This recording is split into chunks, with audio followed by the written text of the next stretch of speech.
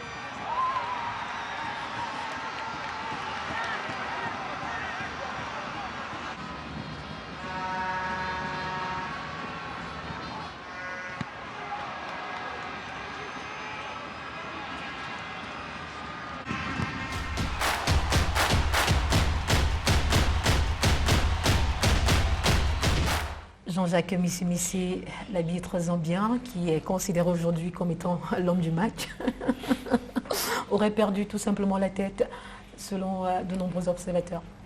En fait, moi, je ne vais pas m'attarder là-dessus, parce qu'on oublie le spectacle qu'a fourni les deux équipes, comme Castro l'a dit tout à l'heure. Jean-Jacques, on ne saurait s'attarder. Une façon de faire qui a frustré l'équipe tunisienne, le banc de touche tunisien, qui avait la pression de marquer, Jean-Jacques. Oui, ils avaient la pression de marquer, ils avaient aussi la pression d'encaisser. Ils pouvaient encaisser un deuxième but. Ouais. Non, il ne faut pas toujours regarder que les Tunisiens pouvaient marquer un but. Les Maliens pouvaient aussi marquer un deuxième but. Donc, même s'ils revenaient sur le terrain, qu'est-ce qui était... Ils pouvaient prendre 2-3 buts. Hein. Donc, ils allaient être humiliés. Donc, ils ont préféré ne pas revenir sur le terrain puisqu'ils ont revendiqué. Mais maintenant, qu'est-ce que le règlement de la CAF prévoit? Le règlement de la CAF prévoit que si on siffle un match avant son terme, les acteurs sont obligés de revenir sur le terrain pour finir le nombre de temps qui reste. Mais les Tunisiens ont refusé de rentrer sur le terrain. C'est pour ça que je dis cet arbitre-là. Il faut voir en Coupe d'Afrique des clubs champions, il avait déjà été suspendu. Il avait été déjà suspendu pour, je crois, fait de corruption, ou je pense. Donc, il est connu à la CAF. Voilà, mais si on l'a mis là, c'est parce qu'on s'est dit que c'était un bon arbitre. On ne sait pas souvent ce qui se passe. Mais moi, comme je dis, je ne voudrais pas m'attarder là-dessus parce que je ne voudrais pas occulter la victoire des Maliens parce que c'est une belle victoire. Ils ont mérité de gagner, ils ont dominé ce match. Je pense que c'est ça qu'on doit retenir. C'est vrai que ce que l'arbitre zambien fait, ce n'est pas bien, mais tout le staff d'abord, tout le staff arbitral, parce qu'il faut les inclure tous. Mais comme c'est lui qui était le central, c'est lui qui portera le chapeau. Vous gardez la parole, Jean-Jacques Messi, un système de jeu tunisien 3-4-3, un système de jeu malien 4-2-3-1, qui peut être interprété de plusieurs manières. Ce sont les joueurs qui font ce sont les joueurs qui font le système. L'évolution d'un système, ça dépend aussi des joueurs qu'on a sur le terrain. Pourtant, on a vu une équipe tunisienne dominer légèrement. Oui, ils ont dominé quand ils cherchaient à égaliser, mais les Maliens ouais. aussi ont dominé. C'est-à-dire que dans un match de foot, chaque équipe a une période de domination. Une équipe ne peut pas dominer durant 90 minutes, ça, c'est pas possible. Les Maliens ont eu leur période de domination et là, dans leur période, ils ont marqué. Les Tunisiens ont eu leur période de domination, ils ont eu un pénalty, mais ils l'ont raté. Donc voilà, moi je pense que les Maliens se sont battus jusqu'au bout et ils méritent leur victoire largement. Fidel Castro-Elembé, l'assistance vidéo qui n'a pas été assez exploitée, ce carton rouge qui intervient. Je ne sais pas si l'arbitrage vidéo minutes avant la fin du match a été bien exploité, mais je crois que l'arbitrage vidéo a été interpellé 2 fois. Ouais. La première fois sur le pénalty tunisien. Et c'est même à l'assistance des joueurs tunisiens que Chikwazé est allé consulter la VAR pour la première fois. Et puis la deuxième fois, c'était sur le carton rouge. Il faudrait signaler que j'ai été un peu frustré parce que le carton rouge intervient. Le joueur venait à peine d'entrer sur le terrain. C'est sa première faute. Il n'a même pas été averti ni verbalement, ni par un carton jaune. Il a donné le carton rouge.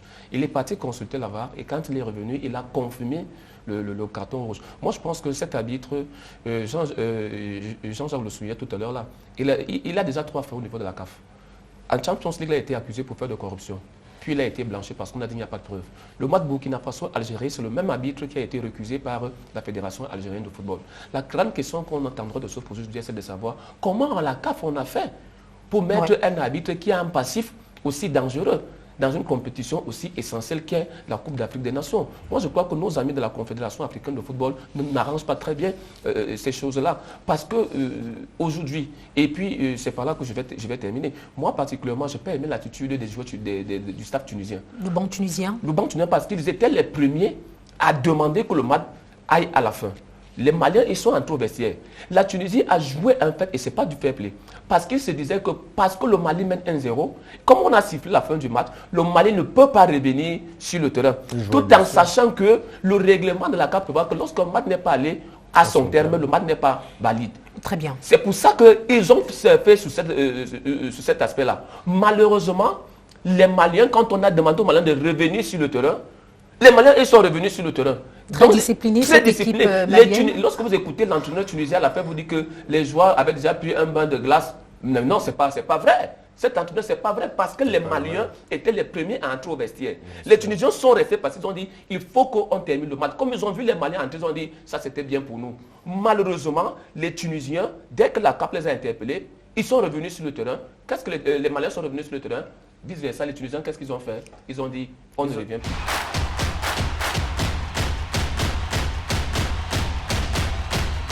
Autre match très suivi, Mauritanie et Gambie. Très belle entrée de l'équipe gambienne qui enregistre 3 points. Jean-Jacques. Oui, on a vu un beau match de 2 équipes, soi-disant petites équipes. Mais on a vu des combinaisons, des équipes bien disposées sur le terrain. Vraiment, c'était un match plaisant. Des équipes considérées comme des outsiders? Oui, des outsiders. De la compétition, oui, mais qui ont créé la surprise. c'est des équipes qui jouent bien. On voit que c'est des équipes qui se préparent, qui se sont préparées à cette compétition. Quand on regarde, moi je dirais, l'Algérie a déçu, l'Égypte a déçu, les équipes attendues vraiment ont déçu. Ces expériences. Avec toute l'expérience, parce que quand on prend l'équipe d'Égypte, la moyenne d'âge c'est 28-29 ans, l'équipe d'Algérie c'est la même chose. Mais quand on voit ces jeunes-là, le Cap-Vert, la Sierra Leone, la Guinée équatoriale, toutes ces équipes-là, ils développent un beau football. Jean-Jacques, avec une précision de passe incroyable. C'est travaillé.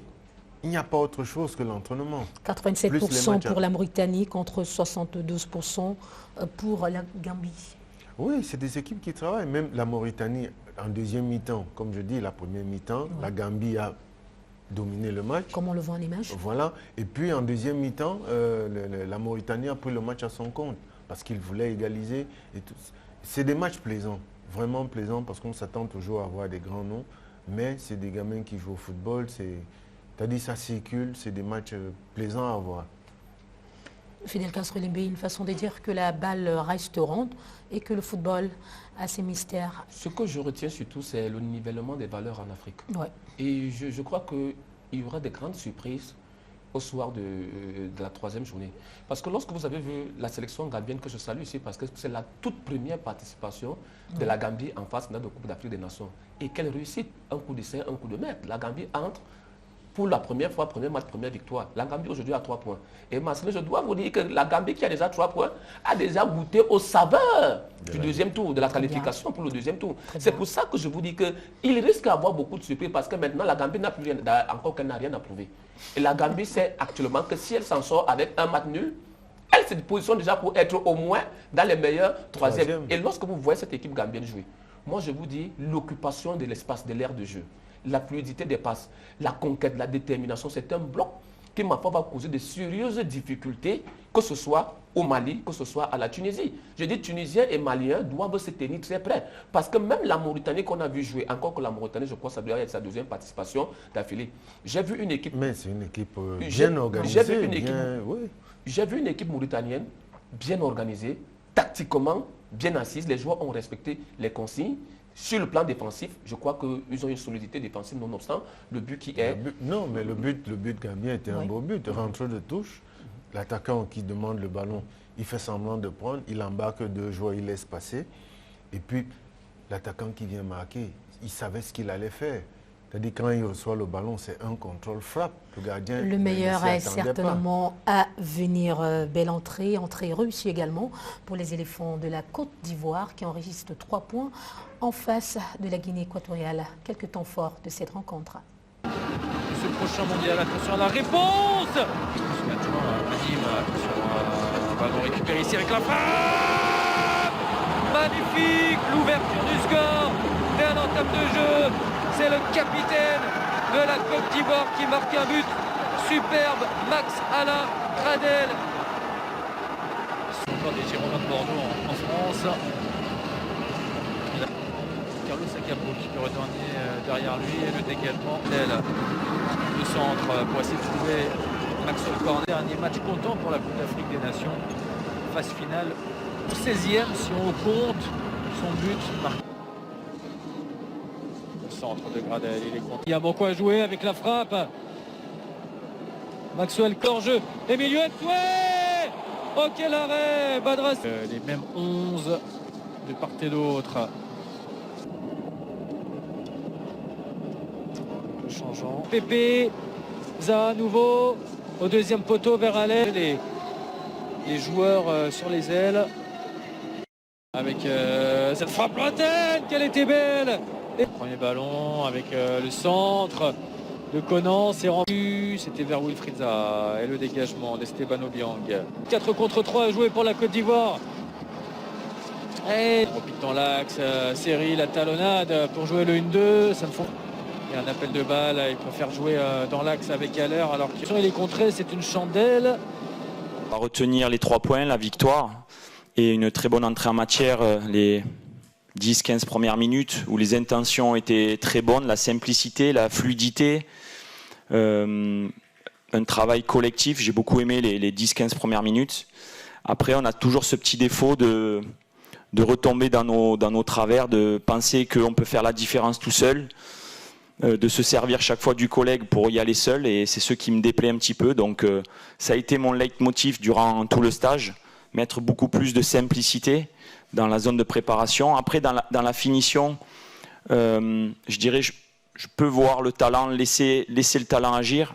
Je ne suis pas du tout surpris de ma performance, mais il y a beaucoup de joueurs qui méritaient aussi d'être meilleurs, de gagner ce trophée.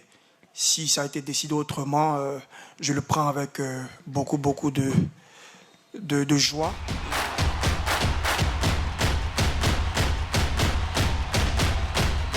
Jean-Jacques, on l'a vu tout à l'heure en image, la victoire des éléphants était-elle prévisible? Oui, parce que les éléphants allaient favoris. Mais au vu du match, ils s'en sortent bien. Parce que la Guinée équatoriale, si elle égalisait et si elle marquait même un deuxième but, oui, ça n'allait pas surprendre au vu du match. Parce qu'à un moment donné, les Ivoiriens étaient fatigués.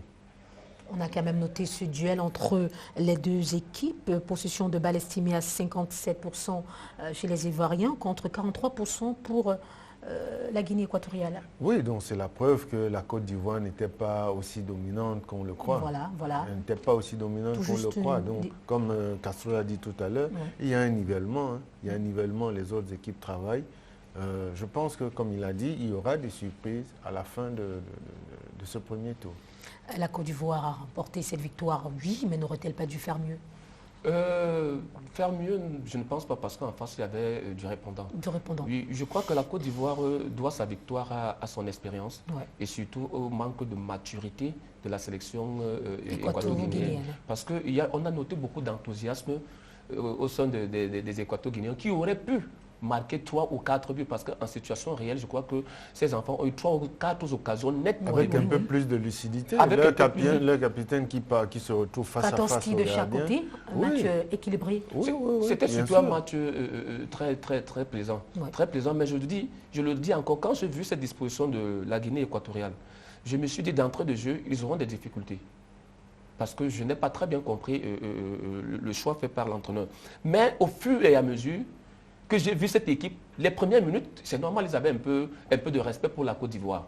Mais vous avez vu que c'est d'ailleurs pour ça que le but ivoirien est intervenu très rapidement, parce que la Guinée cherchait encore ses marques sur le terrain. Mais après ça, je me suis attendu à ce que les Ivoiriens fassent asseoir cette domination.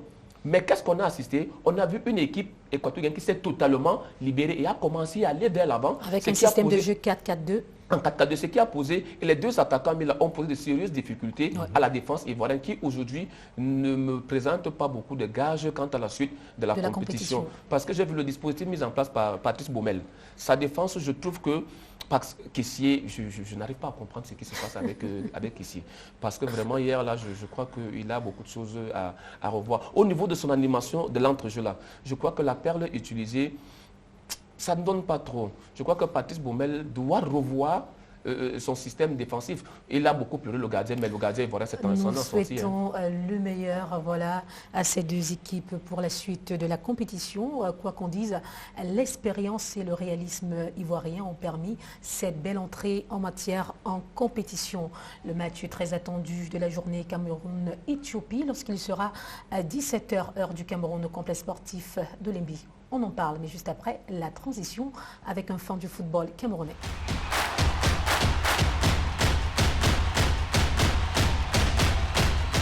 Alexandre Tabi, bonjour. Bonjour Marceline. Vous fixez votre caméra un tout petit peu timide. Comment vous allez? Ça va bien et vous? Je vais très bien, merci. Vous êtes un fan du football camerounais, on va le dire ainsi. Vous êtes également le promoteur de la page de publication Instant Sport. On vous reçoit dans le cadre de C'est la CAN avec votre casquette de fan de foot. Un pronostic pour le match de ce jour Cameroun-Éthiopie? Oui, un pronostic en tant que Camerounais et un pronostic en tant que fan de foot. En tant que Camerounais, nous attendons un score large, une victoire en fait de Lyon. Même 3-0. 3-0. En tant que fan de foot, il faut revenir sur la réalité. Ça va pas être facile après le match de l'Éthiopie que nous avons vu dimanche dernier. Voilà, c'est d'autant plus que l'Éthiopie n'est pas venue en balade au Cameroun. Rappelons que l'Éthiopie est la première nation à arriver au Cameroun pour cette compétition. Ça veut dire que ça va beaucoup se jouer. Mais comme j'ai dit, nous sommes Camerounais, donc on attend un score large. Cameroun, Burkina Faso, aurait-il des choses que vous avez déplorées que Antonio Conceição se doit d'améliorer ce soir lorsqu'il sera 17h, heure du Cameroun, au complexe sportif de Japoma? Oui, déjà, après le match des Lions indomptables contre le Burkina Faso, les fans du football ont commencé déjà à critiquer les 2 buts marqués par notre capitaine Vincent Baka sur penalty. Dans la compétition, nous avons, sur les 12 matchs de la première journée, il y a eu 12 buts. 12 buts seulement. Et 6 pénaltys. 4 pénaltys qui ont été réalisés et 2 qui n'ont pas été réalisés.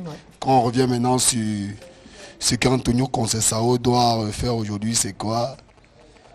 Moi déjà au niveau du milieu de terrain, il y a beaucoup à faire. Il y a beaucoup à faire. Parce que là, on parle de la nation, on parle d'une compétition. Il y a ceux qui sont là, qui ne sont pas venus jouer à fond comme les autres. Il y a d'autres qui sont venus, je ne sais pas quelle casquette ils ont dans cette équipe. Quand on parle de la nation, on se joue à fond. Ça veut dire qu'il faut revoir cela. Il n'y a pas de patron. Merci à vous, Alexandre Tabi. Dans le cadre de l'émission C'est la CAN, nous donnons également la parole aux fans qui ont le mot à dire.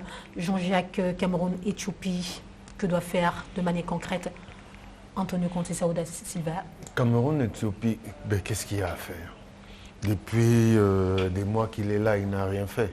Mais donc, non, Jean-Jacques, on ne peut pas... Attendez, non, il faut être... Je ne suis pas, c'est pas une question de Dieu. J'ai toujours dit ici, je souhaite. Je souhaite, c'est-à-dire que c'est mon vœu le plus cher que le Cameroun soit champion d'Afrique. Même s'il faut jouer comme ils ont joué le premier match, qu'on gagne ce trophée-là. Mais qu'on sache que le Cameroun n'a pas de fond de jeu, n'a pas d'organisation. Il n'y a aucune stratégie. Parce que figurez-vous, je reviens là-dessus. Deux attaquants, quand on prend par exemple les 2 attaquants nigérians, quand on les voit jouer, enfin toutes les équipes qui jouent en 4-4-2, on voit les combinaisons qu'il y a entre les 2 attaquants. Mais notre premier match, entre Toko Ekambi et Vincent Aboubakar, il y a eu maximum 5 passes entre les 2. Voilà, donc, allons à la technique pour prendre ces réactions d'avant-match. Et on vous retrouve juste derrière, Jean-Jacques. Déjà, ce que je peux dire, c'est qu'on a une bulle où on essaye de respecter le maximum de règles. Contrairement à ce que vous avez dit, déjà, on ne reçoit pas de visite, on ne peut même pas voir nos familles. Donc on reste dans cette bulle-là et je pense que c'est ça qui nous met à l'écart des cas de Covid. Nous, on savait qu'on évoluait dans un 4-3-3, c'était clair pour nous. Mais voilà, il faut aussi savoir que chaque match est différent et particulier. On a aussi des adversaires qui viennent avec des formations différentes. Donc forcément, on aura des mouvements bien différents dans le jeu. Mais pour nous, nous étions dans ce 4-3-3-là, comme contre la Côte d'Ivoire. Et on reste dans ce système-là. On va sur les mêmes bases que la première journée, c'est-à-dire nous allons jouer cette rencontre dans l'objectif de ramener les 3 points. C'est le plus important, garder notre état d'esprit, notre fighting spirit et aller à la conquête des 3 points.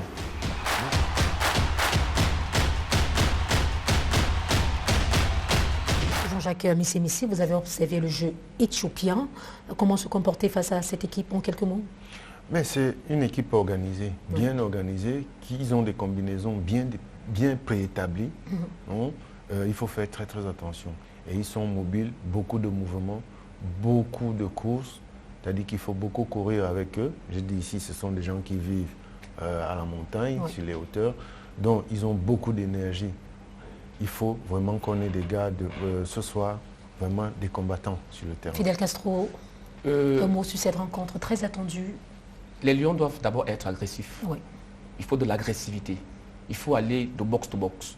Il faut jouer de manière regroupée, collective, se sacrifier les uns pour les autres. Et surtout au niveau de la ligne d'attaque, beaucoup plus utiliser nos flancs, nos couloirs. Parce que je crois que c'est là où ce sera ça la clé du match. Et Antonio Conceição doit revoir son animation offensive. Si le milieu de terrain, Samuel Umgwet, Koundé Malong et Zambouangui, ça ne fonctionne pas, et bien parce que là, il faut introduire un technicien qui lui peut apporter cette dernière passe dont on a besoin. Je crois que ce sera ça la clé de cette rencontre. Cap-Vert, Burkina Faso, un match qui n'est pas des moindres.